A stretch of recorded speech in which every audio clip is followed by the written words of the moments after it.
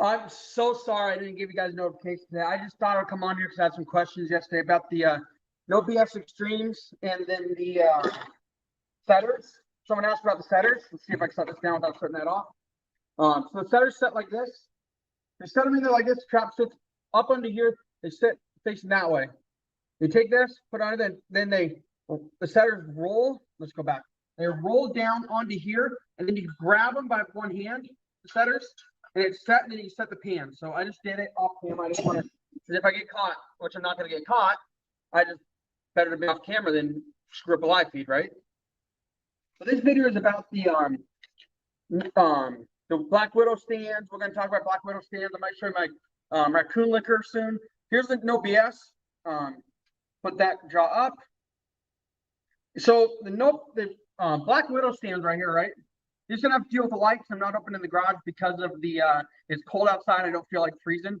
So just gonna have to deal with the light in the background. But double release. Someone's releasing some products.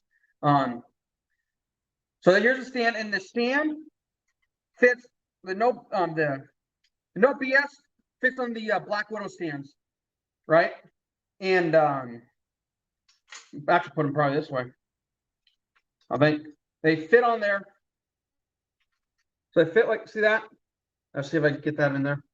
See if I can show that right. They fit in there right there. So the hooks go on the base plate or base thing. They're going there like that. Let's see. I think they just sit on there like that, honestly. I think when you put them in the ground, they just sit on there like that.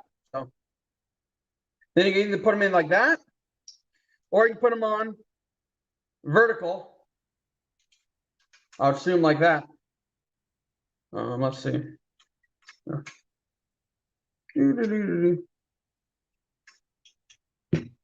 Put that up, I'm assuming.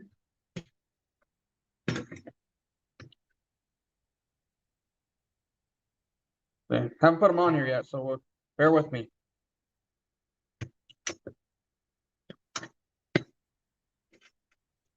Bear with me while I figure this out. So I have not done it before. This will be my first time, so you guys just have to learn with me. But let's see.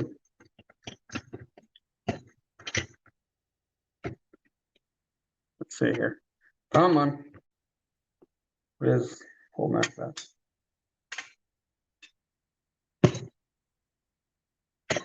Can we figure this out here with you guys?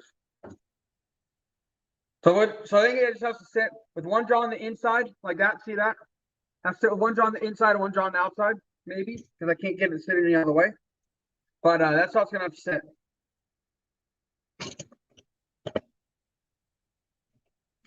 With the no BS extremes. Because the only other way is if the jaw is lifted, so that won't work. So if you put one side in, one side on the inside here. I'm sure this is one side on the inside, one jaw like that. So that's how it's gonna have to sit. So if you sit it like this, you guys aren't in here, that's fine. But you'll see this later. If it sits like that, it doesn't work, right? It doesn't work in the no BS unless if you off center it. Then it sits perfect, right? Then it sits like that. The only other way you can really do it. Unless if you've binned them in. But the other option is, I don't know how well it's going to work. That won't work. But yeah, so it works like that. It's kind of a cool thing. I'm excited for it. Let's see if it works the other way. I'm figuring this out with you guys, so let's share with me. No.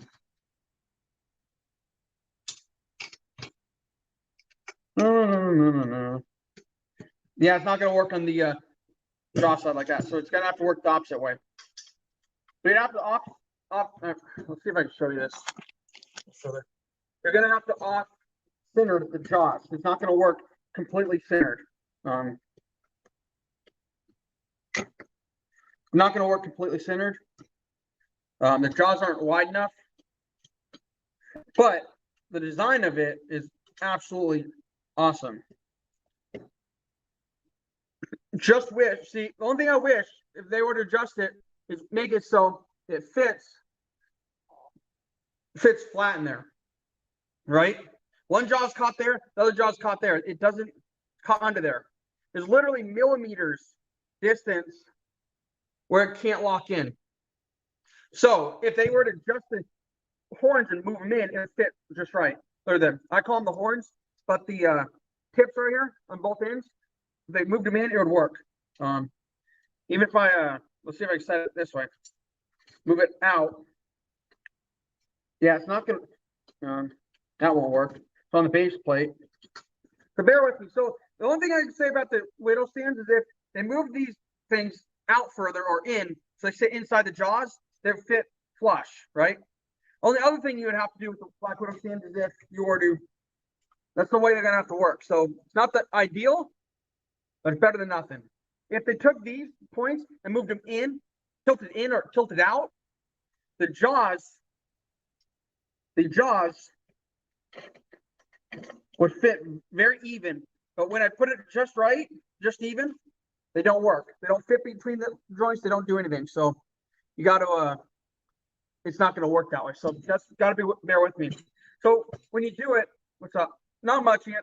Oh, I almost said Anthony. Alrighty, I'm looking at the Black Widow stands and the No BS Beaver Extreme. So in order for the Black Widow stands to work, right? If it was perfect, these points would be pushed in or pushed out at an angle at like 45. But what you're gonna have to do with the No BS is set it like that, right? Let's see, set it like that. Otherwise, it won't work. Because if you move it over, right, just right, you have a clearance issue. So that's the only thing you got to worry about with No BS. You can't. There's a gap there that they don't fit in. So if you look at this, there's a gap. These need to be either pointed out at 45 or pointed in at a 45. Preferably out so the beaver doesn't step on them. But that's the only issue with the No BS. It doesn't,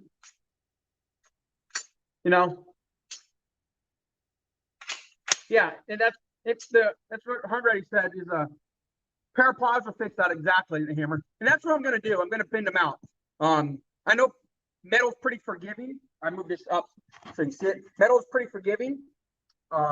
So I don't really have to worry about it breaking, the welds breaking. If they're good welds, they'll bend and the welds won't break, the welds will hold. Which they'll look like absolutely good welds, and they look like the settings were right on it to melt the metal just right so it fused and it's not sitting on top of it, it's not melted everything, it's just right the setting on the welds. Black Widows and MB750s work flawless. Yep. They were made, I think, around the MB750. That's what they were originally designed for. Because I think Jeff Haggerty, don't quote me on this, but Jeff Haggerty uses MB750. So that's what they were originally designed around. But I was told they work with this and everything else. So, it's just something to experiment with.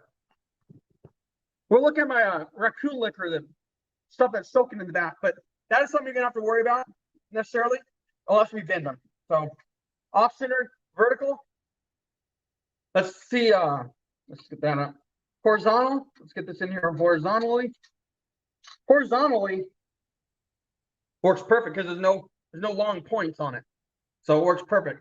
Only thing you got to really worry about horizontal is that they're a little short. The tines on the right here are a little short, so they could fall off. Horizontally, just they got this side. Let's see. They got to be a little longer because of the D hook on the base. Or the, I think called a D hook, but the base has a hook. This thing right here. Do you see that? Let's see if I can get in the light. I didn't open the garage, so I don't want it to deal with the cold. But you see the hook here. Let's see if you can see it like that. Right there. See that hook? The edge of it is hitting the center of the stand, so it kind of wobbles back and forth. So if the legs are a little longer than the horizontal, it will be fine. It will give you a little extra security, but that's not too big of an issue. When you set them on drowners, you want them to fall off, so you don't want them super secure, if that makes sense. You want them to come off the ground and go down without ripping the thing and throwing the stand and losing your money on this. But somebody asked about this OPS setters. Are they worth it? Heck yes. Okay, they're kind of big, but when you lock them in, let me grab another trap. I'll be right back. Grab one over here real quick. Put this over here. Hold on, guys. I'm grabbing the trap. Ready? How do I lock up?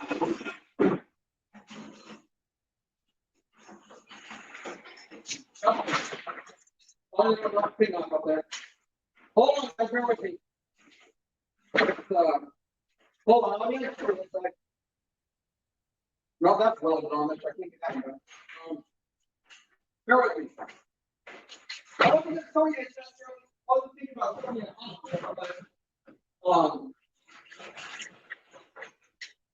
it's very.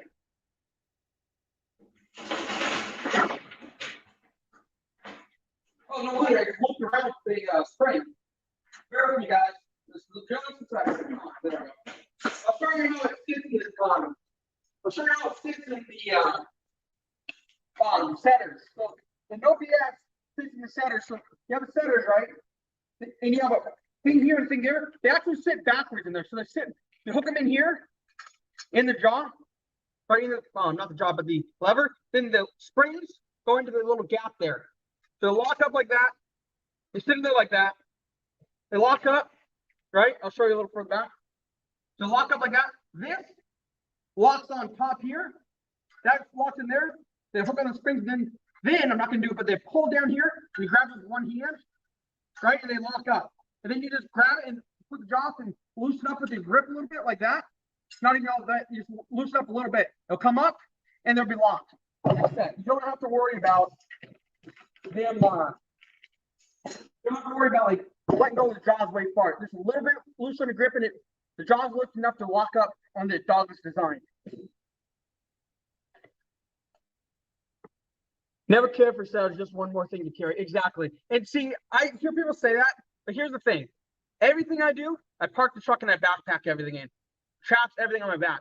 So for me, the speed I can set those without having to actually explain it, I've literally set it right on the table, done.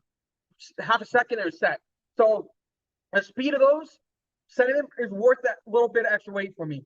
Just even though I pack everything in, I backpack. I don't have ATVs. I don't have any of that fancy stuff.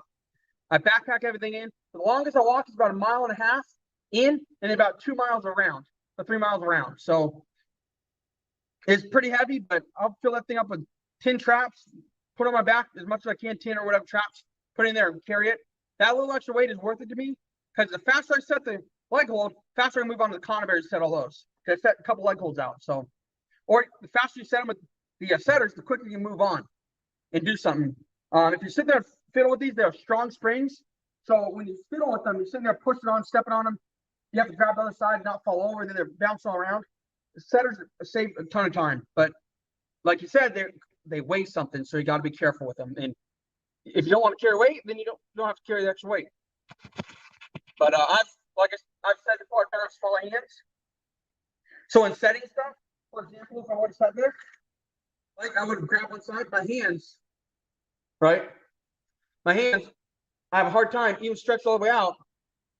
I have a hard time, let's see there, grabbing both ends of the trap. I have small hands. As you can see, that's me stretched out. So if I were to push on one side, push on the other, if I had larger hands, it would be easier.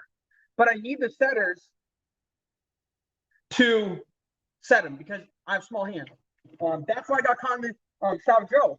I went to grab, compressed it, springs fell off, or safeties fell off, went to grab the second bar, extra bar, and it slipped, and I got caught both hands in the trap.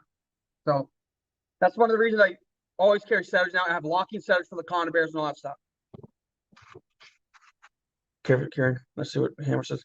Oh, by the way, hi Unready and hi the Hammer. I forgot if I said that. Furthest I walk is about 30 yards. See, in that you probably have an ATV or a vehicle. What I do is I pull it off the main road onto private property, pull in, and then if I go in with the vehicle, I'm getting stuck. Even the truck, the Tundra, it's wet. It rains a lot. It's just rained right now. We got a storm coming. If we go into the truck, we're gonna get stuck. Now, when we shot elk in there, went in there with the truck, pulled it right out, put the elk, probably walked 50, 60 yards, put the elk in the truck and left. But it was dry, so you weren't gonna spin out.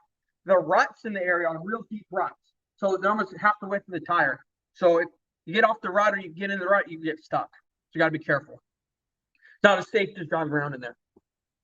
Then also you have to worry about logs and rocks, all kind of intertwined. For years, they've cut logs down in there, and the grass would grow, and all this stuff would grow. So when you're walking over logs and you're walking under underbrush. So like it's easy to break your foot and hurt yourself. So it's very, very dangerous, but it is a private property that a guy owns, and We don't worry about that too much. Worry about the private property and having people trespass it. I did talk a little bit with you guys last time, I think, or yesterday about so what the state did is they painted all the gates orange. The guy that owns the place bought a gate last year that's orange, same color, everything. He didn't know it was coming. Nobody said anything. Just changed all the gates. So this hunting season, all kinds of people were caught on trail camera trespassing. Put no trespass signs up. It came anyways and trespassed. Right past the sign, old dude. Signs were right on the gate. Signs were posted all around the property, right? Inside, all over the place. They ignored all the signs and went in anyways. So we're hanging more signs that say, if you go in, you're going to be prosecuted the full extent of the law. Which the guy said, we'll do that if they get caught. So even if the gate's one color, don't necessarily trespass. Make sure it's not private property. Don't be a moron. And, oh, look, someone put a sign up. Let me go past it. Don't be that type of person. Because what was happening, I'm in the mountains on a log road in gas well. Yep. So what happened with the hunters, when my brother shot one, right? So they didn't know about that. It was off in the distance, off out in the swamp, across the swamp, right? But my brother would watch on the trail camera. The hunters would walk through there. They'd push the elk out. As soon as we started seeing hunters on the trail camera, the elk stopped coming there. They didn't go in that area.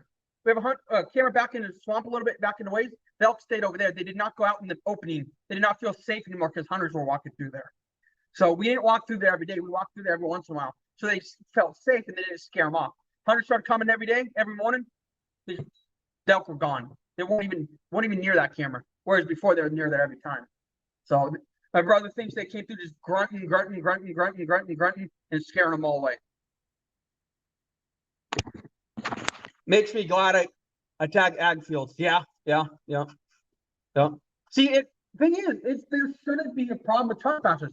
It's literally off the main highway, and it's off the main highway, down the back roads, probably back roads, about 50 miles down a back road, in the middle of nowhere. It's literally a straight stretch. All you have to see is there's brush, forest on both sides, and a little dip down, and you go down to the dip, and then you're in the spot. How they found the spot, who the hell knows? No idea. But it's literally so well hidden. We thought about when we got the elk. We need to call Josh, my dad's friend that works with him, or works with. Call Josh. But we thought, he's never going to find the place. He'll go right past it and never even see it. So, I mean, there's no way to find it. I don't know how they found it. Probably Google Earth. So I just drive the Jeep down them. I also trap on a lot of private property and always make sure the landowner is okay with me driving through rather than in the Jeep. Yeah. See, we have permission from the landowner. What my brother does, he works for a bank. So he does a bunch of banking for people. So he becomes friends with these people, and he gets access to their property. Some will be like, no, I don't want any hunting. Others will be like, yeah, go ahead. When he gets property to hunt, then he says, well, can we trap in there? Some will say no. Some won't really give an answer. So my brother just leaves them alone because he knows it's kind of they don't want to say no, but they have a relationship, so they won't say no. So we leave them alone. But we just got access to another property about a mile and a half down the road from this property, and as we know by the teepee spot because there's a teepee there. Got a trap there this year. Go check that out. Not sure what's there. Not sure how it's set up. We know it's on a creek, so we know that we're gonna have legals and conifers, but we don't know if we're gonna need more legals or we're gonna need more conifers. So it's kind of up in the air. We haven't checked it out last year. We got access at the end of the year, so it's kind of fun. So once again, this is the Black Widow stands. I know Jeff Haggerty makes them. Jeff Dunlap sells them, so they're great stands. This is going to be huge in the silty riverbank. Last year we put these traps in, right? Oh, careful there. Flipped over on me. Put these in. We'll come back and they'll be silted in. It'll be silted in about that far. We'll tap on it with a stick and want to fire. They sunk so deep in the silt. We think if we put these in the bank like this or like this, it's going to sit there the right way and we'll get them up catching the beaver. So, and other problems we had is it fluctuated so much with the rain that it went down enough that they were out of the water far enough that if the beaver did get caught, this ground was only 6 feet, which not something I'm proud of, not something I want to talk about. I wanted to use longboards. My dad's like, nope, that's fine. So I just went with it, right? You listen to your father because that's what you grew up doing. He's outdoors. Your buddy taught you everything you know. So I just went with it. Against my discretion. Never caught anything, but this year I'm buying 10 footers and 16 footers. So I'm not having that happen again. I try to be very ethical with what I do. I don't want anything that's unethical, right? So for me, killing the animal humanely is very important. So that's just the way I am. And some of you may know, some may have seen the video about Oregon trying to ban trapping. But so I'm a trapper, right? but I also have a dog that is shown professionally at dog shows, and they're extremely strict. Like, if you come up and pet the dog before they go in the ring, they'll yell at you, like, don't touch my dog. I just spent hours grooming them, right? They're very strict people. So from a dog owner perspective, that's in a very strict industry, to a trapper, I know both sides. So I kind of said, you know, as a dog owner, I'm not letting my dog go out of my sight. This is not happening. I'm a responsible dog owner. I also said, they kind of talk about dogs getting caught. They didn't want to see that. And I also went on there at the end and said, it's your responsibility as a dog owner, yours, to keep your dog within sight and not let him go off trails. And then I also mentioned, we don't set groomed trails. We don't set people trails. We set animal trails. We don't set next to 5 feet from people trail. We set out in the forest. We set away from stuff. So if your dog's that far out, it's your damn fault that your dog got caught. You can't get mad. Oh, my dog's in a trap. Oh my God, you know. Be a responsible dog owner like everybody else is supposed to be. And the trappers will take the responsibilities to move their stuff if they even think remotely that it can catch an animal. So domestic. We don't, as trappers, we have enough flack. We don't want to further problems with people. So we are responsible enough that if we think it's going to catch one, we move it. Right? I've seen some videos, not going to mention names, just seen someone put some traps out in a very, the trees are very staggered. They're like they were planted by hand on a driveway. And then you look over and there's a clean driveway, right? Very groomed, no leaves, no nothing. Force was clean. And there's a Ring doorbell. So Ring doorbell is like your house front door doorbell camera. You put a Ring doorbell camera and then 2 dogs come up, and I was just thinking, that looks very irresponsible because, for one, the trees are set up in a way that they're planted by man. The driveway is clean. So it made me feel like he was just down a long driveway and put it off the side of the driveway. And therefore, 2 dogs came up. He gets on the thing, he yells at the dogs. And for me, what that looks like to me is you have a reception on a camera that's not even an outdoors camera, and you're on a curated driveway and a curated, like, staggered trees and curated driveway. It looks like you stepped on somebody's driveway 10 feet from there. And I was just thinking, that's going to give antis stuff to fuss about, right? Not the most responsible in my opinion, but I know it's a beginner's page, so she wasn't aware of that. So I just kind of mentioned, just, you know, be aware of that stuff. But I'm not going to hound the guy that's new. We were new at one point. We don't know everything when we start out. We don't know everything now. I guarantee you, when you stop learning, when you stop learning, or when you think you know everything, you don't know anything, anymore. You can't stop learning. The second you stop learning, you know nothing.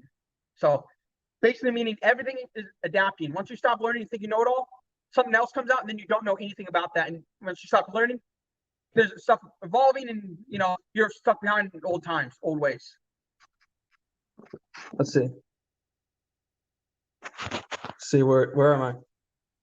Okay, there we are. I'm going to put a video up of this trapping season starting this Saturday, hoping to get 60 or 70 sets out by Saturday. Yeah, I can't wait to see it. I honestly want to see it really bad because we start November 15th, but there's about 15 days of hunting season. My brother's gonna go down to Southern Oregon, 3 hours away, and go hunt for big blacktail.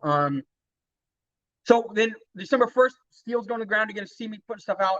If I get my tripod by then, I'm going to film and try to get stuff out.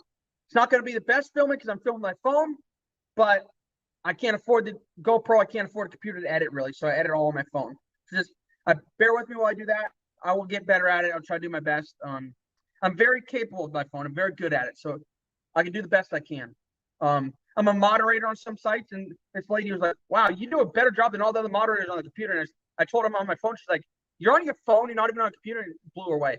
Because I just know what to do. I'm just good at what I do.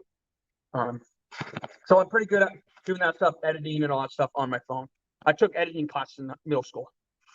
If you let a dog run around the woods, more likely to run into another animal that will hurt it and then get into set. Exactly. The dog would get killed or get into set and then get killed. So of course, then you have the person steal your trap.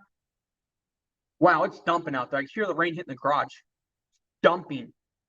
Coast is supposed to get 8 inches of rain today. It's a lot. Yeah, if you let a dog run around, he gets caught, that's your fault. Then they steal your trap, they try to pull stuff. If you look at Judith and Dan, Nate 408 made some big wolf fangs about that big. They're 3 times the size. He sticks them in the ground. He had someone come try to steal his beaver. Took the beaver, couldn't pull the traps out, left the trap in the wire and everything in a pile right there on the bank. They couldn't get it out. I asked him, hey, can you make me some? He said, well, I machine them, so they're kind of expensive. And like, I don't have the stuff right now. I was like, that's okay. Let me know when you do. I catch a dog almost every year. Yep, yep. And see, that's watching you. You're a responsible trapper, right? So it's not your fault. That's a bad dog owner. Your dog should. There's people that say, "Oh, my dog's 4 miles away," and they got on me saying, well, "That's not my fault," or the trapper's fault. And said, "No, it's not. That's 4 miles away. You know how far that is? Like that's irresponsible. Even if you have property, you should have a gate of some kind that keeps the dog in, an electric gate or something, a shot collar or something." I have a little Yorkie that knows not to leave my side, even in our own yard. Good owners, good listening dog. Exactly. I have a flat coat.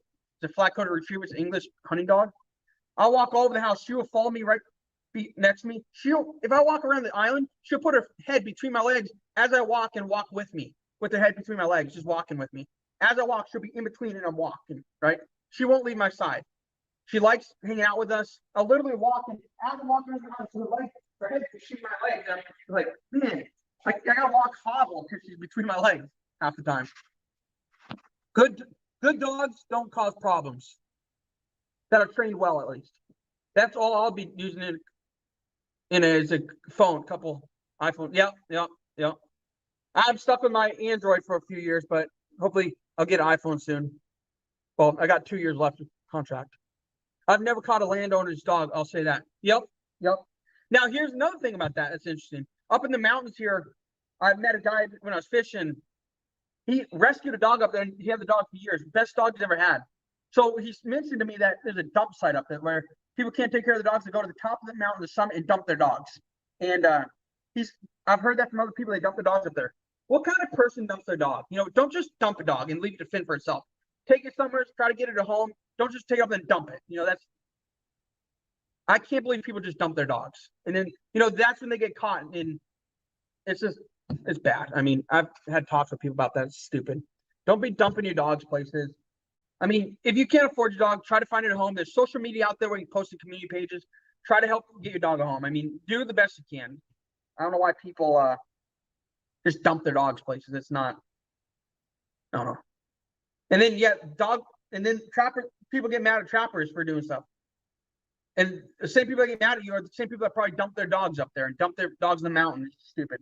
God forbid it's not like the Cascades, which are snowy mountains. They're just rainy mountains, but still, there's coyotes up there. There's bears up there. There's there's everything up there. So, I mean, it's not the best place. So, I mean, yeah. So what do you guys want to see anything else? I know we're talking about the stands here. I showed you a little bit how they work. These could be a little bit longer, the vertical ones. These are good, but I like the way they are. It kind of works. The only thing I would say is, like I said, these need to be bent out a little bit, what you can do yourself to fit the no BS extremes. Man,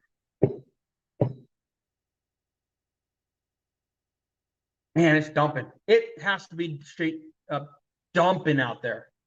I hear it on the side of the door, and I hear it out here in the garage. Absolutely dumping rain.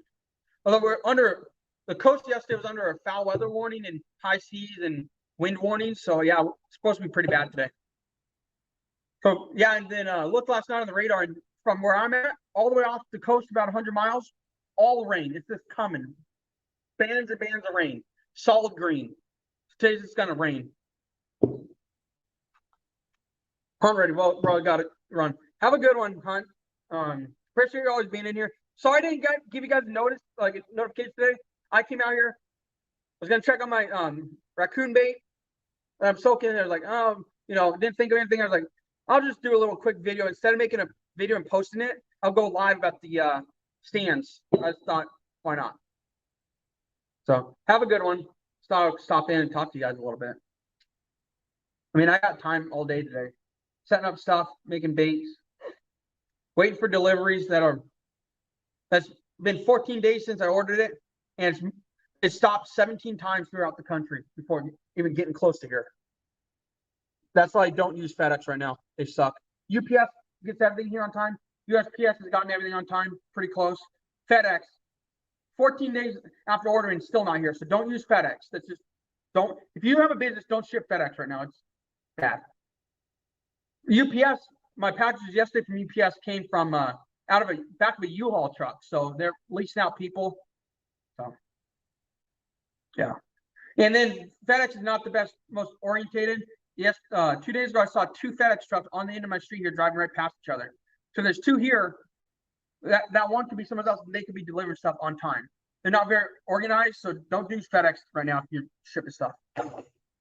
So, and how hard is it for FedEx to ship like 7 5-gallon buckets? They don't weigh a lot. Just ship them. You know, it's not that big of a deal. Just ship the stuff. But thankfully, F&T ships UPS, so that stuff will come. Yeah, just be careful who you order through. Anything else you guys want to look at? I know there's no viewers right now, but you guys want to look at the raccoon bait? I'll show you guys raccoon bait dumping out there, but I'll show you. Absolutely dumping. Wow.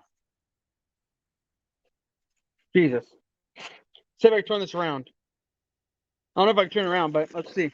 I'll show you. It's under this under the thing there. There's a can. Use this, drill a couple holes. It's under there, it's soaking, as you can see. The raccoon bait. It's under there. Put the holes on top so it can air out. Take the weight. Put the weight on top. It smells good. It smells good. Woo, smells good. I don't have any real bait preservers, so I put a bunch of salt in there. But a bunch of sugar too, so hopefully salt preserves it and it doesn't necessarily spoil, if you will. It is a test batch, but I have 6 weeks till trapping season, so I'll see how long it lasts, and that'll give me a good idea how long I can keep the bait around. So if it molds and whatever happens, it's fine. I'll just make another one. I got a 50-pound bag of it. Yeah, no BS. Pretty cool trap. I like them, but they're heavy. They weigh a lot. There's no way you can pack around 10 of these on your back all day. They just weigh a ton. Very powerful. Very powerful trap. Very powerful. Sour corn works fine. Yep, that's what that is. It's a sour corn. I put 3 beers in there. Put some apple cider in there. Put apple cider packs. Put some couple different spice packs. Not spice packs, but mixed drink packs in there. What else? Yeah, three Coors Light 12-ounce cans, the big cans, or 16-ounce cans, big ones. Next batch I make, if that goes down, I'm gonna put some Pendleton whiskey in there. So see how that works. Didn't put any yeast, but put sugar, put rock salt. So hopefully the rock salt could keeps it so it keeps it from as more of a preservative. That's why I use the rock salt versus regular salt. Sour corn works fine. That's right. Trapping raccoon, haven't targeted them in years. Yeah, yep. Gonna throw some of that in the bucket. Got a bunch of lures. Gonna put some lures in there. What else? Got some old canned salmon I'm gonna throw in there. So I'm just gonna throw a little bit of everything. With that, I have some sweet feed. It's like a barley molasses, oats mixed, and throw that in there. So it's not a liquid molasses, but a powder molasses. And that reminds me, I threw about a half a bottle of liquid molasses in there into the jar too. So it's pretty sweet. About a cup of sugar, 2-3 cups of sugar. 3 beers. So hopefully that gives enough yeast to ferment. If not, I'll go put some Pendleton whiskey in there. No, I'll save that for myself. Anything peppermint I love. I love peppermint. Peppermint schnapps. Yeah. Sounds good though. And I don't even really drink, but it sounds good. Oh God, here we go.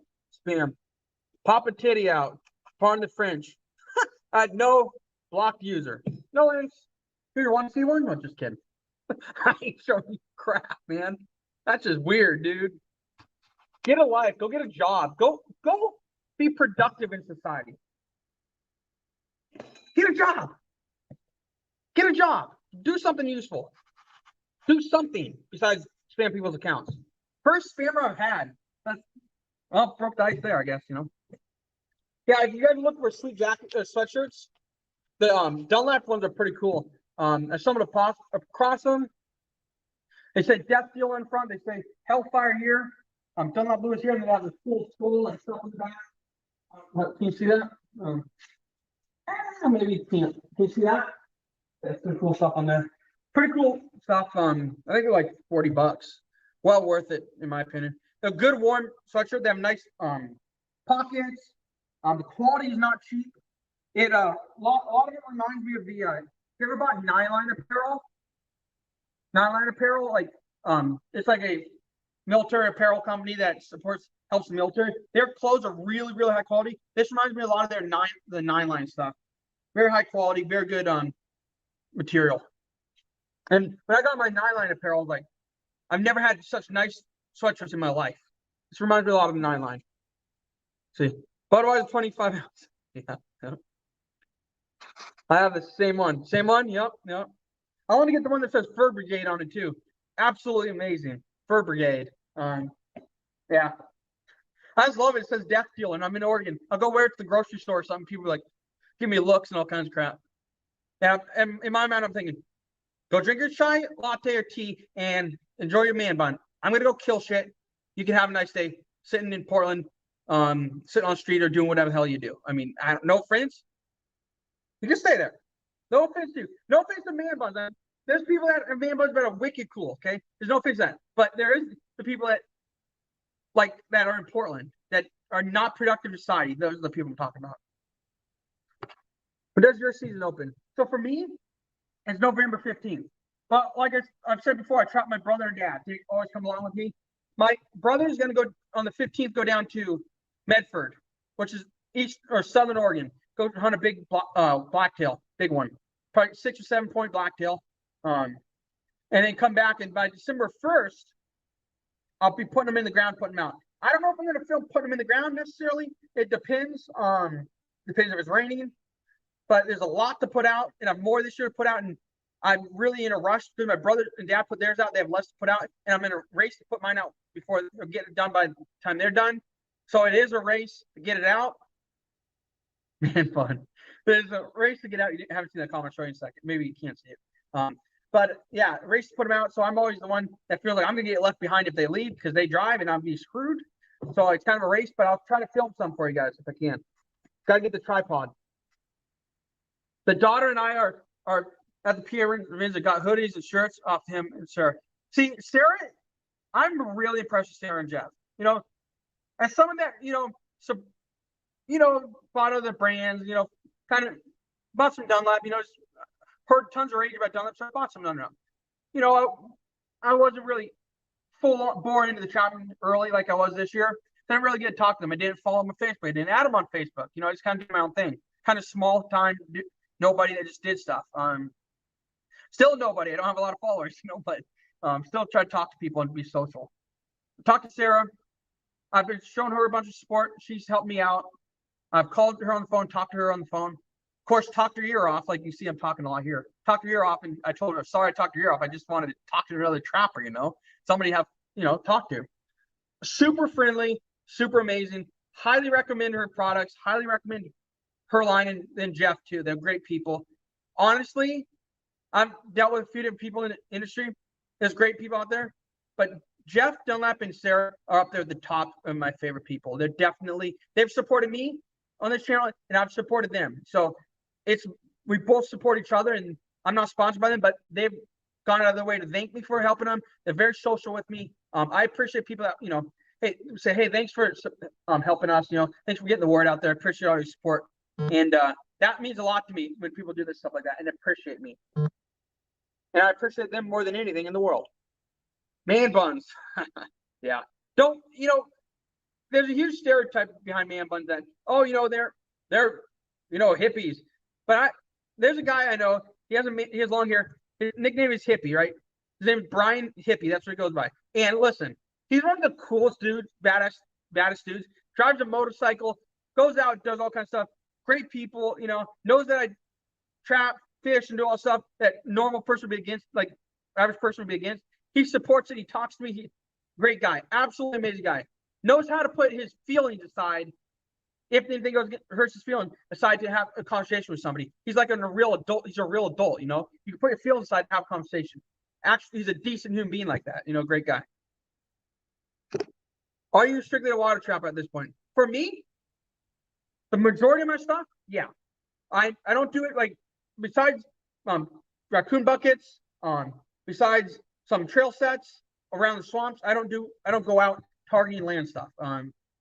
That may change. We're getting tons of coyotes on trail camera. Got a bunch of cow bait. But what I'm going to do this year a little different is I'm going to take my buckets, drill a ton of holes in them, and put some skunk glue in there, put some meat in there, and try to catch a bobcat in a bucket. It's going to be a challenge.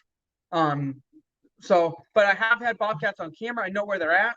So I'm going to try to get a bobcat in a bucket. It's going to be quite a challenge, but I'm excited to try it this year. Last year we got them in a cage set, so I know they're going to the cage. That's not a problem. My buddy says sometimes you've got to man up and bun up. That's right. Sometimes listen, there's some people out there, you watch the steel timber sports, people that do chainsaw cutting competitions. There's some of them man buns, they do some bad stuff, man. Stuff you wouldn't even be able to, like, I wouldn't even be able to do. I wouldn't imagine taking like 800 horsepower saw going up, like, those are the big engines, but different saws doing steel timber sports with chainsaw racing, all this cool timber stuff. But blue bun. It's funny. So I deal with that stuff. They're pretty cool people. Honestly, I have some good friends that have man buns, but they're no sissy. I tell you that. Blue bucket sets. So you must have saw me on Trapper Man then. That was kind of a running joke on Trapper Man. I looked at Home Depot orange buckets. I looked at the price. I was going to order them. By the time I got around to having money to order them, sold out. So you know what I did? But Lowe's blue buckets. Blue buckets of all things. Oh, I'm gonna get so much flack for that crap, but yeah, blue buckets is kind of funny. Yeah. I don't know. This is what I could find. I looked at other places. Nobody had cheap enough buckets to get them enough buckets to be cheap enough that it's like below $50 to get. But Home Depot had the best deal when I bundled them. It was funny because I bundled them. I got more out of it, right? But they didn't have bundles. But they had 700 single buckets. So I was like, how's that work? If you have no bundles, but you have single buckets, can't you take single buckets and bundle them up?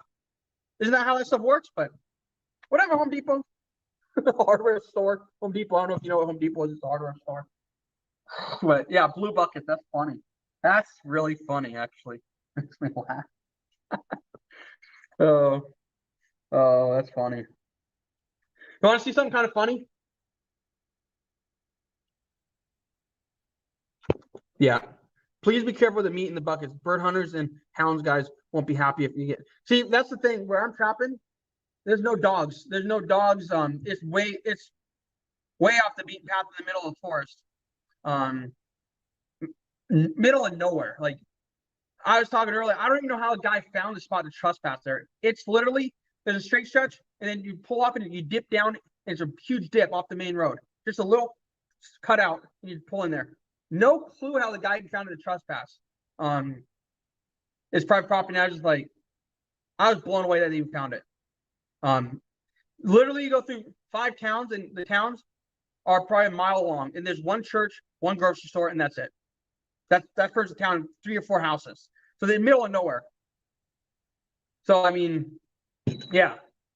I don't.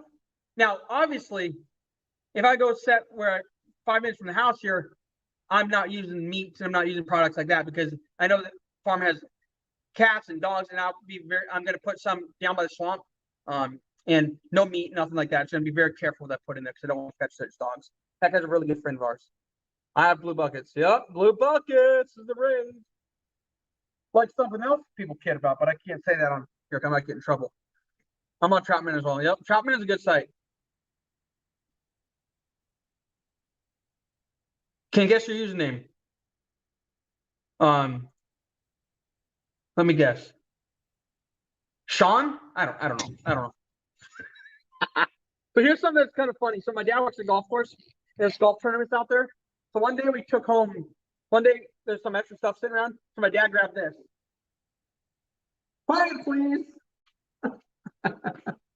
So whenever we joke around with people in the garage, we're like, and they would talk too much, we go, quiet, please. Yeah, it's one of the PGA Tour, Winco Foods Portland Open.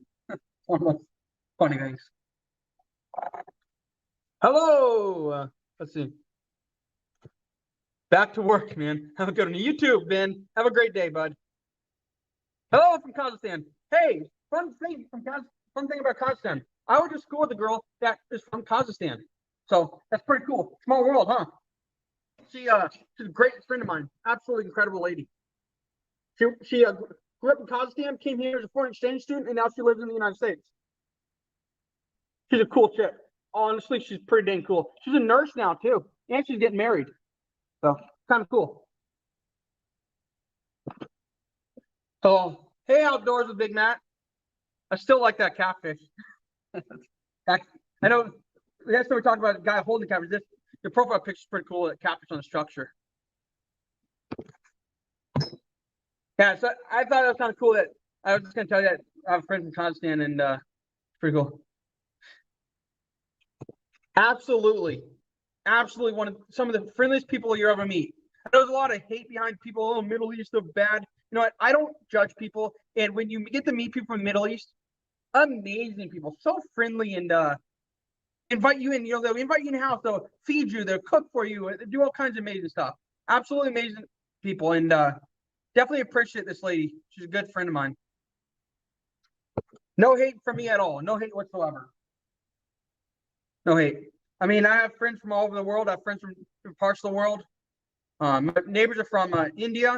My best friend's from Mexico. I have people from Italy, Brazil I talk to. So I have people from all over the world I talk to. Very cultural, as they call it, myself.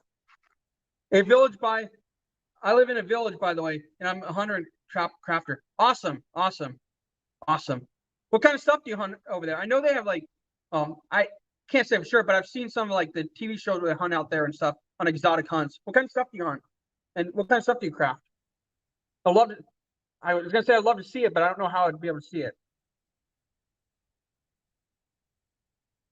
What do you hunt? Like, do you hunt like a small game, big game, rabbits, deer, or like type of deer?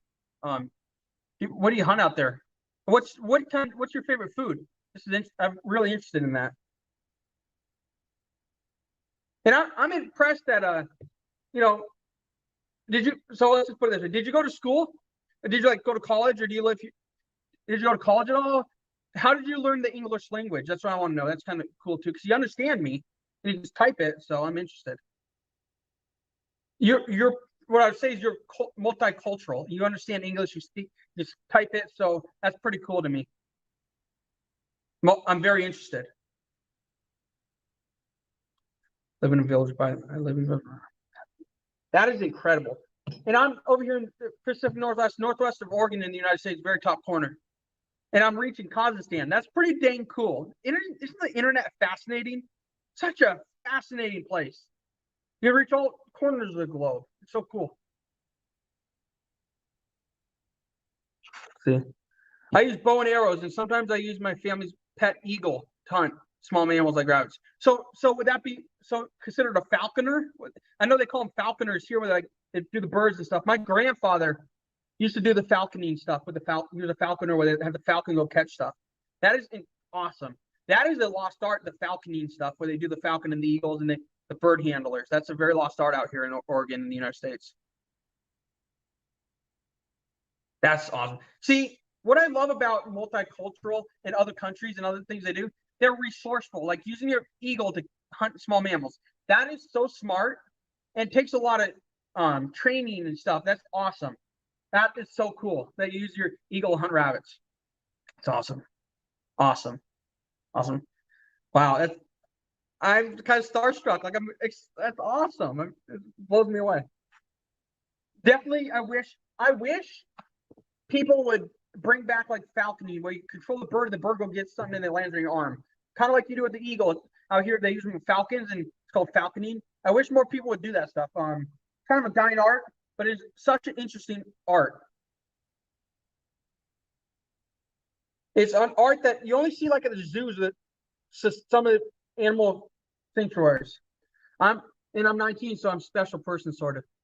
That's pretty. So you're 19 and you use your falcon. So that's incredible. You're 19 and you use your falcon. How long have you been using like falcon or not falcons, but eagles? How long have you been using eagles? I know that it takes a while to train, and you're 19, so I'm curious how long you've been doing it. That's fascinating to me. Very fascinating. I'm a special person. Awesome. That's pretty cool. I know that I don't know if you guys have like access to like a ton of electronics. So I know that like sometimes way you learn other countries is by family teaching you or family tradition or your father would teach you something. So how did you learn about it too? That's kind of fun to learn about.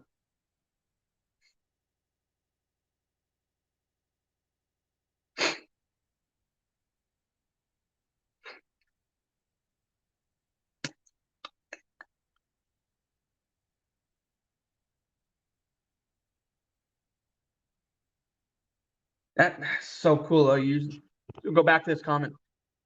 I live in a village of hunting craft. That's pretty cool. But this one right here, I use my pet eagle to hunt small animals or mammals like rabbits. That is so cool. And the thing we're reaching Kazakhstan right now. That is amazing. I have been using the eagle tactic for 7 years. Wow, that is awesome. So when you use the eagle, right? Do you have like a leather pad on your arm that they grab onto? I know that they do that like in the U.S. where they grab on, they fly around, and they'll come at the zoos, like sanctuaries, they have them come land on their arm again. It's kind of cool. They'll go get like a note or something from someone across the way, and they'll come back. Yeah, see, using the eagle stuff like that, that's incredible because we can as ourselves can hunt as much as we want to be a hunter, and no matter how much we train, we will never be as good at hunting as an animal will be. A trained animal like an eagle. An eagle has such good vision, such good at catching stuff. They're incredible hunters, right? So that's incredible. Incredibly smart tactic to use. And, some people would be like, well, that's old, that's old knowledge, old school. Yeah, it's an old tactic, but it's incredibly relevant because it's such a effective tactic at catching your food. The hammer says badass. Yeah, that's pretty damn cool. Pardon the French. That's awesome. There's a show that out here in the U.S. It's called Jim Shockey Uncharted. It's like where he goes out all over the world and hunts and stuff, hunts sheep. He goes to Africa, all kinds of places, and he immerses himself inside other cultures and stuff like that. He talks about, and it's just so fascinating to learn about this stuff. You got my attention so much. It's so awesome. Let's go back and look at that comment one more time because that's such a cool and awesome skill right here. Let's read that one more time. I know some of you have heard it, maybe some of you haven't. I use bows and arrows, and sometimes I use my family pet eagle to hunt small mammals like rabbits. That's awesome. Awesome. See, that's called being resourceful where you use your resources. Some of us, there's hunters out here that go hunting, would never shoot an animal, never will be able to catch an animal. You send an eagle out after him, right?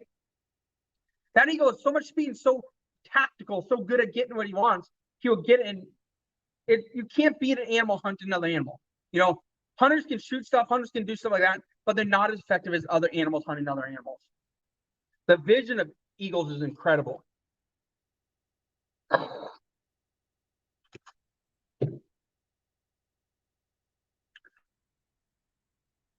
Still raining out there. Let's see. Yes, I use the handmade leather glove pattern thing. I forgot what it's called though in English. Yeah, I kind of get an idea what it is. It's all right. Leather glove and everything. When you mention like a glove, I get what you're saying. I get it. My process of elimination and eliminating what it won't be and what it will be, I can get a good idea what it is, what you use. It's pretty awesome. Pretty dang awesome. And that's the thing. You don't have to necessarily say it in English, use the word in English. If you describe it, a lot of people will figure out what it is without having to say what it is in English. So even if you don't know it, you can talk and we can understand it. So it's pretty cool. Pretty cool stuff though. That's awesome. What an awesome survival skill. On average, on over a year, like 365 days, or how many times or how many animals do you catch with the eagle? Do you want to know how I hunt? Sure, yeah. I'd love to know. That's pretty dang cool. I mean, it's got to be different than we hunt out here, but I would love to hear how you hunt. Let me know how you hunt. That's incredible. I'm starstruck. It's like I'm seeing a major celebrity or a president or something. I'm starstruck. Incredible.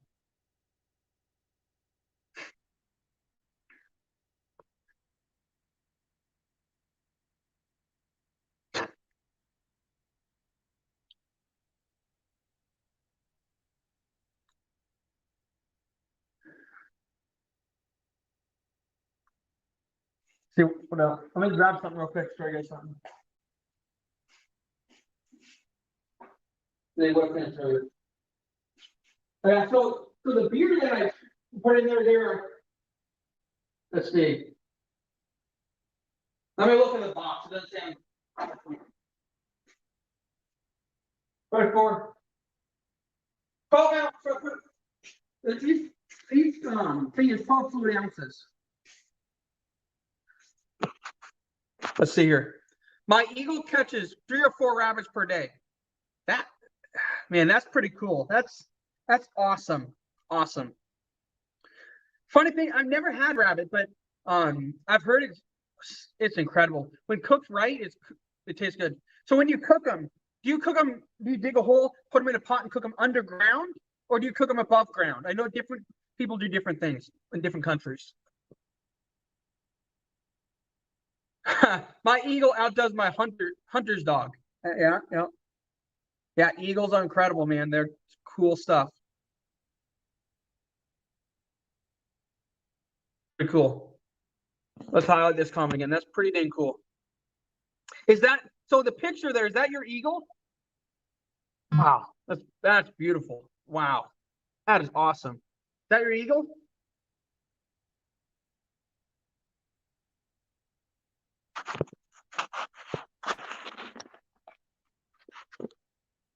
See what here. Sunny here. I'm outside sifting peat moss, watching you live. That's awesome. Appreciate your friend Iowa Chopper just posted. I'm not going to use his real name. Sunny here. I'm outside sifting peat moss. Yeah, yeah. That stuff that I miss like that is the peat moss. I don't do a lot of predator tracking. Someone on Snapchat added me. Well, I don't know who you are. Probably some kind of scammer or something. Been getting a lot of that lately.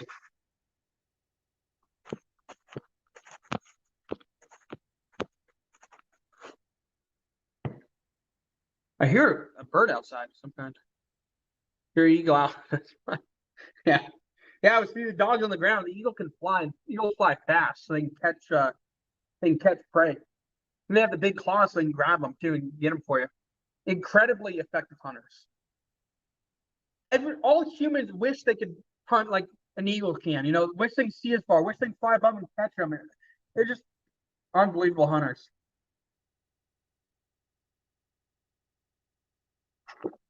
So, anyways, I use my hunting equipment, my bow and arrows, and get on a horse and go to place with no houses. Awesome, awesome, awesome. I can ride horses. I've ridden horses. I love horses. That's pretty dang cool. That's pretty dang cool. It's the eagle outside. Exactly. It's probably the eagle outside. Probably the eagle. What I'm trying to think of something I gotta show you guys. It's far away from my village. Yeah. Yeah. That's cool. So you must be pretty dang good at riding horses. I mean, your life kind of depends on us. That's pretty cool. That's awesome. Let's see if I can go find you guys something to look at. Something to look at. My boards should be coming soon for the my boards for the raccoon should be coming, but I think that's Friday. So I have a video coming out, I think today, and then I have a video coming out Friday. I'm gonna do every other day because I'm running out of ideas. Let's see here real quick. You can call me Tim or Timor. Timor is my real name. Timor, right? That's cool. Timor. Timor. That's awesome. That's awesome. That's awesome. Well, howdy, Tim or Timor. See here. Got all kinds of stuff. Got this. This is probably one of the things I'm excited about.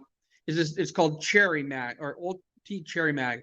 It's It's a raccoon trailing scent. So you put it down on the ground, and then the raccoon will come along the trail and look at it and be like, "Ooh, there's something over there," and then they'll go over there. So it leads them or trails them to your set. That's kind of cool stuff.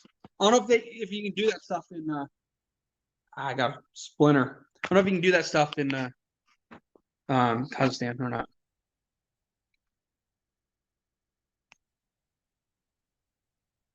Our horses are way too scary for this dude. Kicked once and that's enough. I've been thrown against the fence a few times. They literally pick you up and throw you against the fence. But it's about as far as I've gotten. I know people that have gotten bucked off. I know people that have gotten kicked. I've almost gotten bit before, and that's not fun. But man, I still love horses. I love them dearly. I was actually on the equestrian team, the horse team in high school. You asked me how I learned English a couple of minutes ago, right? Yes, sir. Yes, sir, Tim. I asked you how you learned English. I thought that was kind of cool that you speak English so well.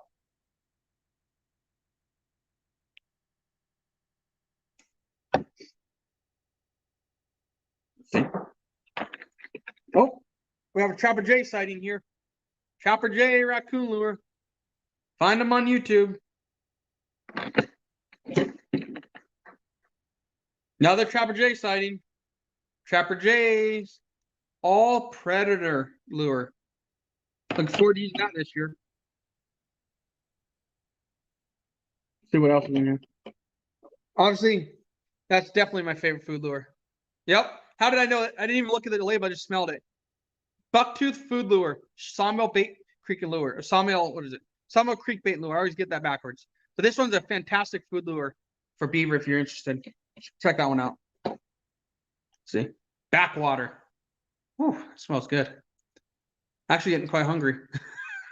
Not for the caster. And don't make any dirty jokes, you guys. Caster lure, backwater. Sawmill Bait and Creek. Their lures are I'm super impressed with.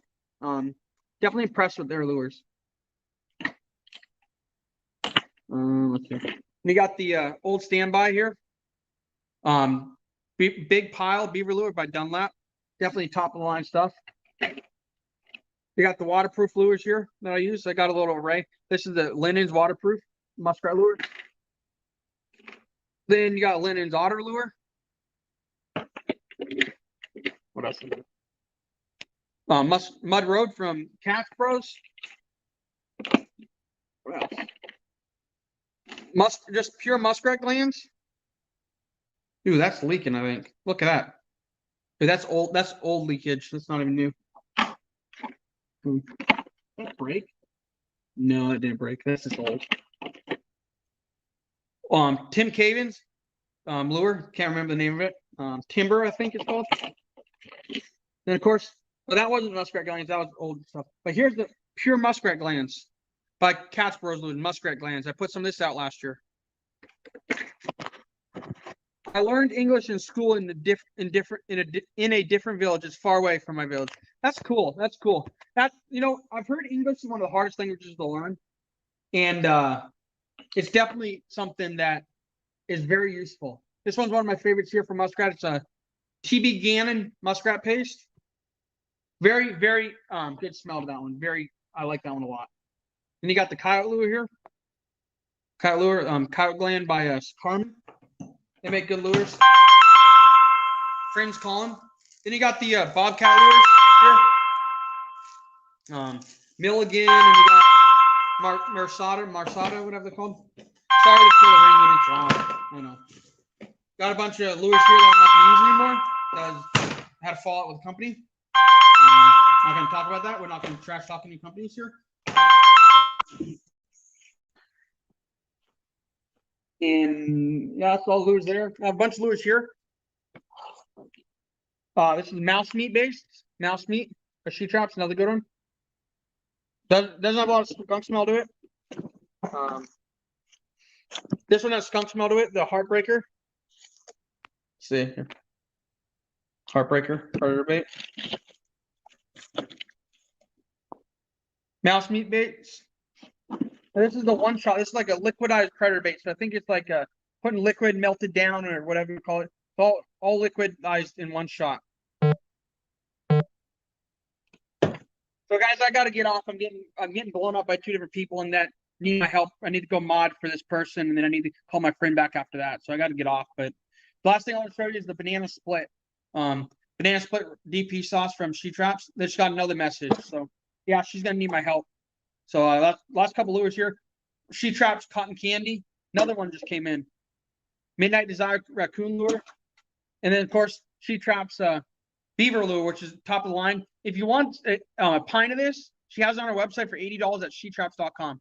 If you're getting low on lure, check out the Tease beaver lure by She Traps, Sarah Gomez. She's an amazing person. Definitely someone I support wholeheartedly. Before my family had a car, I had to walk 18.3 kilometers to school. Wow. Wow. Man, I would die if I had to walk that far. I'm out of shape. You know what's wrong with Americans? We have too much food. We get fat. We don't exercise enough like that. We aren't skinny. I'm picking on some of my friends on here, but yeah, I'm the one that I'm mainly picking on. Have a good one, guys. All right, have a good one. Bye.